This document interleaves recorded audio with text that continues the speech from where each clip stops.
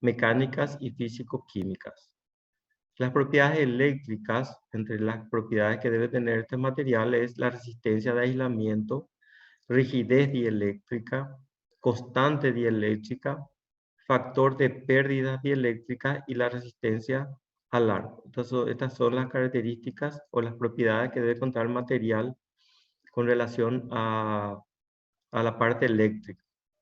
Después tenemos la parte mecánica. Principales propiedades es la resistencia a la tracción, que es la propiedad de que el material se estire.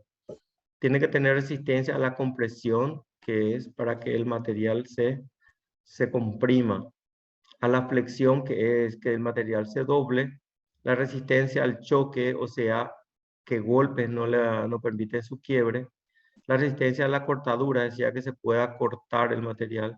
Y la maquinabilidad, que se refiere a la facilidad que tengan estos materiales de producirse en forma industrial.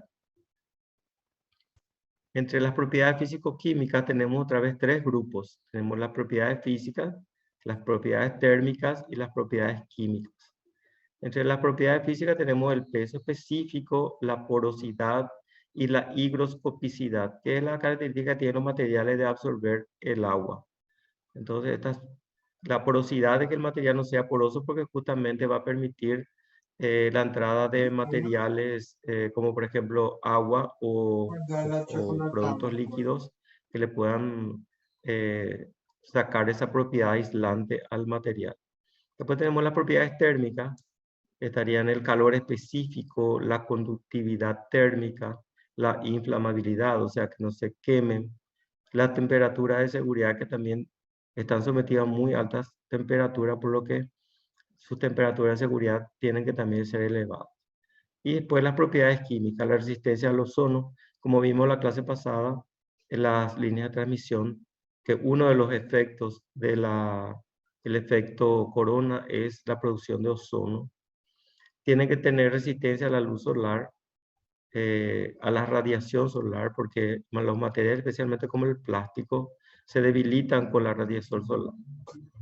Después tenemos la resistencia a los ácidos, porque están en lugares donde se trabaja con ácidos, o también a los aceites, cuando están cerca de transformadores u otros componentes que tengan este tipo de aceite, de material.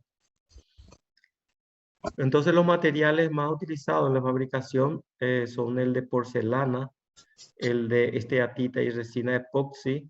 Después tenemos los aisladores de vidrio y los aisladores poliméricos.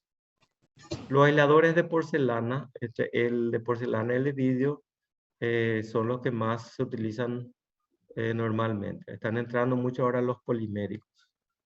Entonces, los aisladores de porcelana están constituidos esencialmente con caolín mezclado con feldespato y cuarzo. Se funden a 1400 grados centígrados y se recubren con una capa de esmalte de silicato para obtener un vidriado que lo hace resbaladizo e impermeable al agua, dificultando la adherencia de la humedad y el polvo. En la porcelana, si ustedes se fijan, normalmente cuando se rompen los platos o algún material de porcelana, se van a fijar que una de las características de la porcelana es que es muy poroso. Si no se le, y tiene la ventaja de que permite el esmalte, el esmaltado, que lo hace inmune, por ejemplo, a la humedad. Entonces, si es que no era posible hacer este esmalte, entonces no iba a servir como material aislante. Después tenemos los aisladores de esteatita y resina epoxi. La esteatita se prepara a partir de una pasta con gran contenido de talco, que por cocción se convierte en una masa de cristales de silicato magnésico. ¿Cuáles son sus propiedades? Gran resistencia mecánica. Es aproximadamente el doble que la de la porcelana. Sus propiedades aislantes también son superiores con relación a la porcelana. Están moldeadas a presión en seco y sus dimensiones pueden ser más exactos que los aisladores de porcelana. Otra ventaja. El inconveniente es que no se dejan esmaltar. Entonces, muchas veces estos materiales, especialmente para muy alta tensión, tienen ese problema del esmaltado. Otro aislador muy común es el aislador de vidrio. Se fabrica por una mezcla de arena silícea y de arena calcárea fundida con una sal de sodio a una temperatura de 1300 grados centígrados y se obtiene por moldeo. El vidrio utilizado en los aisladores es un vidrio clásico alcalino sometido a un enfriamiento brusco por una corriente de aire frío durante el proceso de fusión. De esta forma se obtiene un vidrio duro, de elevada resistencia mecánica y con una buena estabilidad para los cambios de temperatura. Su color es verde oscuro. Entonces son muy comunes estos aisladores de vidrio. Su problema es muy pesado. Estos aisladores tienen un elevado peso, especialmente cuando se van formando cadenas. Profe, en Y ahora tenemos comparación al peso de la porcelana y del vidrio, ¿cuál conviene más? casi los dos son iguales. Los dos son muy pesados. Con relación La a este, resistencia mecánica, profe. la resistencia mecánica del vidrio es mayor que el de porcelana inclusive. Por eso se usan en líneas de muy alta tensión. Se prefieren estos ahora, que son los poliméricos, que son muy elegantes, son más, eh, por decirlo así, ambientalmente son más correctos porque se notan menos, ¿verdad? Y se fabrican a partir de compuestos de caucho de silicona, lo que le hace muy liviano en comparación con los de vidrio de porcelana. Justamente estas son sus características. Antes eran costos muy elevados, porque tenían técnicas de fabricación muy elevadas, entonces no eran tan competitivos. Hoy en día, pues, ya que mejoraron esas técnicas y bajaron los costos, entonces ahora están entrando mucho en el mercado. Un componente importante se presenta tanto en vidrio como en porcelana son los aisladores de caperuza y vástago. Este aislador está compuesto por una campana de porcelana, que es la parte de acá superior, en forma de disco, y lleva en su parte inferior, que sería esta parte, en la parte de abajo, unas ondulaciones. En la parte superior de la campana está empotrada una caperuza de fundición o acero. Acá, perdón, en la parte superior, y se tiene que ser la parte inferior. Perdón, en su parte superior, en un hueco bastante reducido, lleva un vástago sellado al aislador, que es este que está aquí. Vástago y caperuza se adaptan unos a otros por una articulación de rótula, que sería esta con esta, por la que es posible formar una cadena tan larga como se quiera. Se van formando las cadenas de aisladores. Entonces, dependiendo de las características de la tensión de transmisión, después vamos a ver una de las características que hay que hacer para dimensionar la cadena es hacer cálculos para ver cuántos componentes vamos a colocar en la cadena. Pero la ventaja de este tipo de aislador es que permiten encastrarse en la parte de la caperuza y el vástago que está aquí y se empotran y se van formando la cadena. ¿Cuáles son las averías más usuales en los aisladores? Que es por conductividad. Y tenemos dos tipos de conductividad. Uno que es por masa, a través de la masa aislador. Por algún motivo el material aislante permite el paso de la corriente eléctrica. La otra es la conductividad superficial. Ahí cuando hablamos, por ejemplo, de aquí de este aislador, vemos que tengan unas ondulaciones abajo. ¿Y este es por qué? Porque fíjense que la corriente el paso de la corriente se puede producir a través de la superficie. Entonces lo que yo quiero es aumentar esta distancia entre el vástago, que es el punto de tierra, y el conductor el conductor que está aquí. De manera que no se produzca una corriente de fuga a través de la superficie del aislador. Esas ondulaciones como si fuesen polleras. Otro tipo de averías son a través de la masa, o sea, la corriente eléctrica o la tensión es tan elevada que perfora la masa del aislador. Entonces prefiero una perforación. Y también a través de una carga disruptiva, a través del aire, formándose un arco entre los conductores, entre el conductor y el soporte a través del aire, que por el tema de la tensión se vence la rigidez dieléctrica y no basta para evitar la descarga. En ciertas ocasiones la rigidez dieléctrica del aire disminuye con la lluvia. Depende muchas de las condiciones atmosféricas y de las condiciones en que se encuentra el aislador. entre una de las propiedades que que tendría que tener el material era resistencia al arco, como vimos también. Por eso, porque se producen este tipo de averías. Y cuando se produce esta descarga a través del aire, normalmente daña, si este es de porcelana o o de vidrio o de otro material, daña la superficie y se carboniza. Y esa carbonización en la superficie permite el paso de la corriente. Entonces, a lo mejor al inicio era por descarga disruptiva y después pasa a ser a través de la superficie, por conductividad superficial. Clasificación de los aisladores. Los aisladores tienen muchas clasificaciones y un mismo aislador puede entrar en varias clasificaciones, que es lo que vamos a ver aquí. Según diferentes criterios, se puede ser por su constitución, por su aplicación, por el lugar de instalación, por su forma y sus características especiales y por su acabado. Por su constitución, por ejemplo, se divide en aislador simple e aislador compuesto. Simple es constituido por una sola pieza de porcelana, queratita de vidrio o poliméricos. Aislador compuesto está formado por dos o más aisladores simples unidos de forma permanente por medio de un material de unión aislante o semiconductor. O sea, estos materiales compuestos se pueden colocar más de uno, pero de forma permanente. Ese es lo que permite. Entonces, estos son los aisladores compuestos. Después tenemos por su aplicación, tenemos los aisladores soporte, que es destinado a mantener un conductor alejado de la masa conductora o semiconductora. Normalmente estos aisladores soporte se forman en líneas hasta ahora ya hay líneas cerca del Lambaré, una línea que tiene este tipo de aislador soporte en 220 kV. Normalmente era más común ver en líneas de 66 kV. Entonces estos aisladores están fijos y se paran del soporte de la estructura.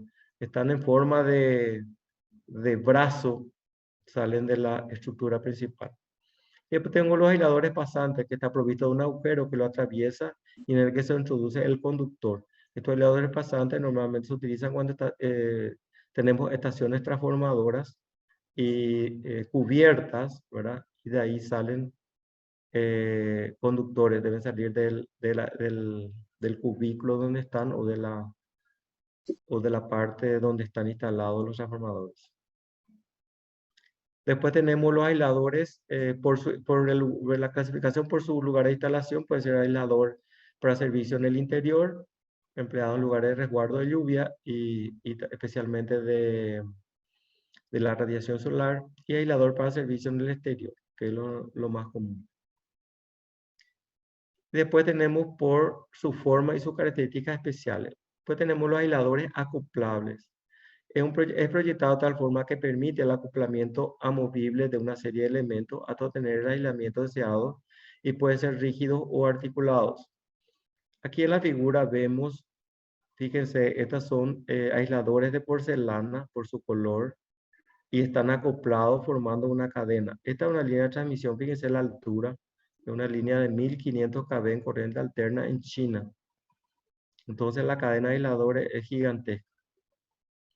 Y los aisladores no acoplables no están preparados para el acoplamiento, son únicos.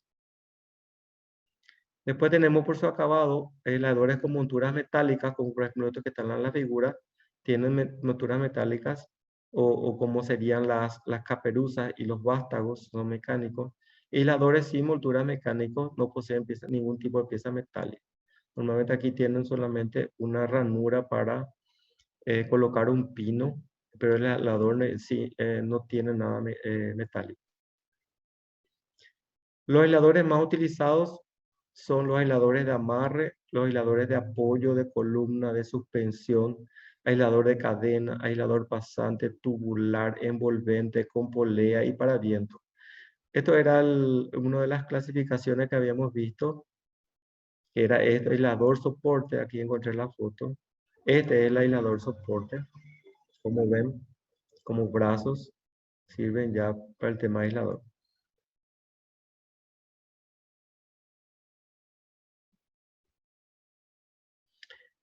La formación de cadenas, muy interesante. Para el cálculo de la cadena del aislador, para el cálculo de la cadena, como yo les dije, se debe tener en cuenta dos factores, el eléctrico y el mecánico. Fíjense que aquí yo tengo, estos son aisladores independientes y se van encastrando formando la cadena y a través de herrajes. Y aquí vamos a tener y vamos a ver enseguida la parte de los herrajes que forman la parte de la cadena. Entonces vamos a ver el eléctrico. Una de las propiedades eléctricas es el grado de aislamiento. Se llama grado de aislamiento a la relación entre la longitud de la línea de fuga del camino a través de la superficie de un aislador o el total de la cadena y la tensión entre fases de la línea. El grado de aislamiento se calcula entonces por la siguiente expresión, que A, grado de aislamiento, N es el número de aisladores de la cadena, línea de fuga es la distancia en centímetros del aislador y E sería la tensión compuesta más elevada en KB de la línea. Ese grado de aislamiento está definido por las zonas donde van a pasar las líneas. Entonces, para forestales y agrícolas están entre 1.7 y 2 centímetros por KB. Industriales entre 2,2 y 2,5. Fábrica de productos químicos entre 2,6 y 3,2. Y para las centrales térmicas entre mayores a 3,2, que son bastante más elevados. Vamos a hablar un poquito de la cadena de aisladores de amarre. Vimos, estas son las características de las cadenas de aisladores. Nos vimos todavía, y dentro de eso vamos a ver dos cadenas, los de amarre y los de suspensión. Se denomina cadena de amarre al conjunto de aisladores dispuestos al extremo o al final de una línea o estructura de anclaje, y estos aisladores deben soportar el esfuerzo de tracción y han de ser calculados con un amplio factor de seguridad, incluyendo hielo y presión de viento. El esfuerzo máximo que pueden resistir los aisladores y sus herrajes debería ser equiparado al del conductor, con el fin de tener en cuenta posibles cargas externas superiores a las supuestas en el proyecto general. La cadena de aisladores de amarre se pueden identificar fácilmente porque están en forma horizontal. Fíjense que aquí están en forma horizontal. Los componentes, aquí yo tengo una cadena de amarre. Estos que están aquí son descargadores de arco para proteger la cadena de aisladores. Aquí ya tengo la estructura o el apoyo. Aquí tengo una grampa de amarre que hace el desvío del conductor. Este es un amortiguador de vibraciones mecánicas y este es el conductor de la línea. Y ahora vamos a ver los aisladores de suspensión. Se identifican fácilmente porque están en posición vertical. Esto que está aquí abajo en la figura es un contrapeso que normalmente se coloca cuando existe pequeños desvíos de la línea y los conductores quieren, la cadena de aislador quiere oscilar o quiere el conductor estira la línea hacia la estructura. Entonces, ese es el tipo de conductores. Permite elevar la tensión de funcionamiento con solo aumentar la longitud de la cadena, es decir, colocando más elementos. No se interrumpe el servicio por rotura de un aislador, ya que la cadena sigue sustentando el conductor. Presenta una gran economía en la reparación de las cadenas, pues solamente es necesario cambiar los elementos averiados. Entonces, necesita salir la línea de servicio para cambiar un elemento de la cadena. Entonces, fácilmente se puede hacer el mantenimiento. Aquí yo tengo los herrajes. Se consideran bajo esta denominación todos los elementos utilizados para la fijación de los aisladores en el apoyo y al conductor. Los de fijación de cable de tierra al apoyo, los elementos de protección eléctrica de los aisladores y finalmente los accesorios del conductor como separadores, antivibradores, etc. Todo eso forma parte de los herrajes. Aquí tenemos una grampa de suspensión, acá tengo una grampa de amarre, aquí tengo la horquilla, aquí tengo el grillete, la rótula y el anillo de bola. Aquí tengo entonces en una cadena, aquí yo tengo el grillete recto, aquí tengo la anilla de bola, aquí los aisladores, aquí vuelvo a tener una rótula de horquilla, Aquí tengo un yugo normalmente cuando necesito colocar más de un conductor por fase o cuando necesito más soporte o sustentabilidad del conductor. Entonces pasaría por estas dos rampas de suspensión. Y las propiedades mecánicas que deben cumplir es el peso de los conductores, de los aisladores. Por ejemplo, vamos a suponer que tengamos 10 hilos de herrajes. Cada uno del aislador soporta 2.527 kilogramos. La carga de ruptura mecánica mínima garantizada es de 12.000 kilogramos. Entonces, de todos los elementos que componen la cadena, de la menor carga de ruptura, él será el aislador, que es 12.000. Perdón, este es de 12.000. Entonces, este es lo que va a tener peso de los componentes de los aisladores más los herrajes. Entonces, de todos los elementos que componen la cadena, ya mismo va a ser si se rompe el aislador. Entonces, ahí hago 12.000 dividido la carga, el peso de los conductores, entonces me da un factor de 4,74, que es mayor que 3, que es un índice que se debe respetar. El resultado nos muestra que la relación entre la carga supera el coeficiente de seguridad mínimo. Entonces, las cargas de seguridad, como vimos, que se iban van a depender mucho de la zona donde está. El otro factor importante e interesante es el reparto de potencial entre los distintos elementos de una cadena. La tensión de cortoneamiento en seco de un elemento de caperuza y vástago, o sea, de un aislador normal, es de 254 milímetros de diámetro, es de 7,8 kb. O sea, la tensión de contorneamiento en seco es de 78 kb en un elemento, en un aislador de caperuza y vástago. Cuando se forma una cadena de n elementos, no se tiene una tensión de contorneamiento de n por 78 kb, sino inferior. Por ejemplo, 5 elementos soportan 270 kb, media de 54. Para 10 ya va disminuyendo para 47,5 y de 15 ya también a 44,6 kb. ¿Por qué? Porque los elementos que están aquí tienen efectos capacitivos y también existe efecto capacitivo con la estructura que está próxima. Entonces, existe efecto capacitivo con todos los elementos de la cadena en sí y también con el aislador. O sea, a medida que yo voy aumentando esta cadena, ese efecto capacitivo permite que, o sea, hace que esta media, perdón, por favor, si pueden disminuir. Si pueden cerrar sus micrófonos. Entonces, esa es la razón por la cual va disminuyendo esa media en la cadena. Ángulo de oscilación, lo que hablamos un poquito recién, era que teníamos contrapeso. Las cadenas de aisladores pueden oscilar en el soporte de la estructura. ¿Por qué? Por causa de la acción horizontal del viento a la línea, que hace que la cadena de aisladores se deslíen, pudiendo llegar a aproximarse de modo peligroso a los apoyos.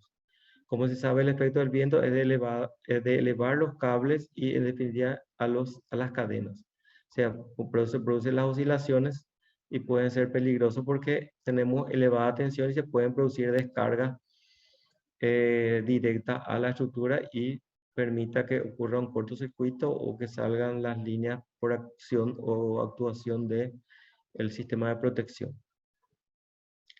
Vamos a ver ahora la protección de esa cadena, cómo proteger. En el caso, acá por ejemplo, se produce una descarga directa entre la estructura y la cadena de aislador. Entonces, probablemente esa descarga va a producir daños en la cadena de aisladores o en los elementos que componen la cadena. En el caso que se produzca un arco entre dos o más aisladores de una cadena, estos pueden dañarse, lo que constituye un serio problema de mantenimiento. Por esta razón, se ha ideado diferentes procedimientos de operación de los aisladores de forma que, en caso de que se produzca un arco, este se mantenga apartado de la cadena de aisladores. Para esto sería necesario instalar un doble juego de antenas situadas respectivamente en la parte superior e inferior de la cadena de aisladores. Y aquí yo tengo la parte de antenas. o cuernos también.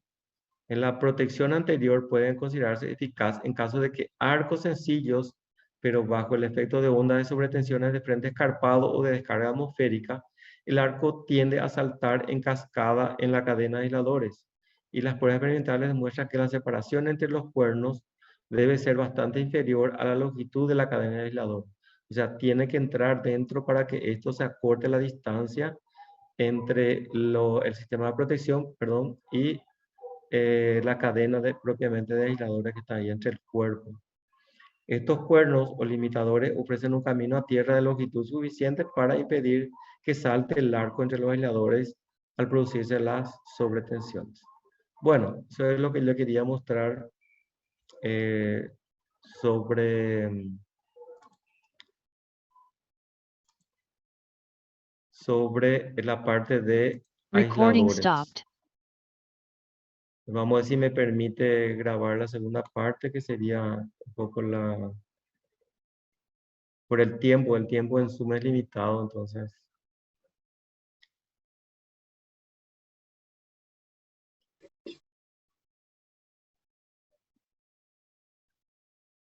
Vamos a ver entonces la parte de, vamos a presentar. Vamos a grabar. Recording in progress.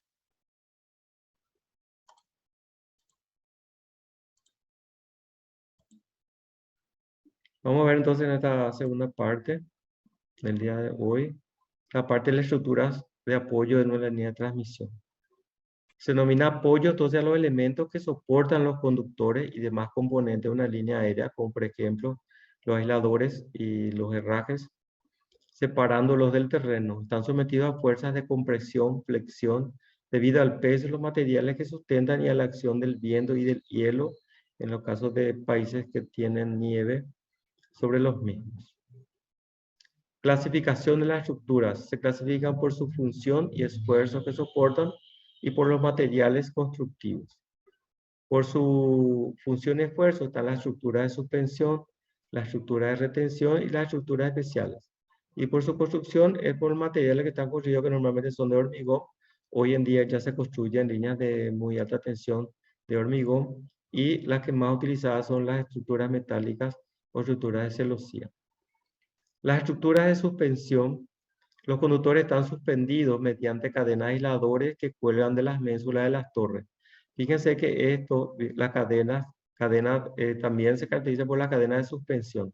Solamente soportan el peso de los conductores y nada más. Entonces, también las estructuras cuya cadena de aisladores están en forma vertical, entonces se conocen como estructuras de suspensión. Después tenemos las estructuras de retención y existen tres tipos: las estructuras de ángulo, de anclaje y las estructuras de inicio y fin de línea. Con la figura es más fácil de entender.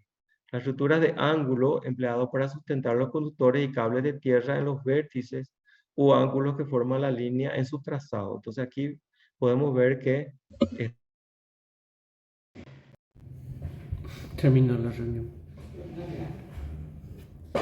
Y reunión gratuita, pues un tiempo nomás.